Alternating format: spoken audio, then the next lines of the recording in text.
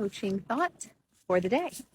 So I am reading currently a book that's title is The 12-Week Year. And so the idea is a year is too long to make goals and that sort of thing.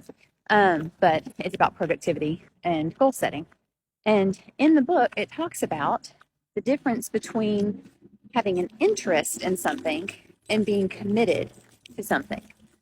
So as I was listening, and it was talking about different contexts, but I thought this certainly applies with coaching. And I think it's a question I'm going to start asking of teachers is whenever we are doing work together and they're wanting to learn about something new, I think, because sometimes I will ask them, like, on a scale of 1 to 5, how important is this goal to you?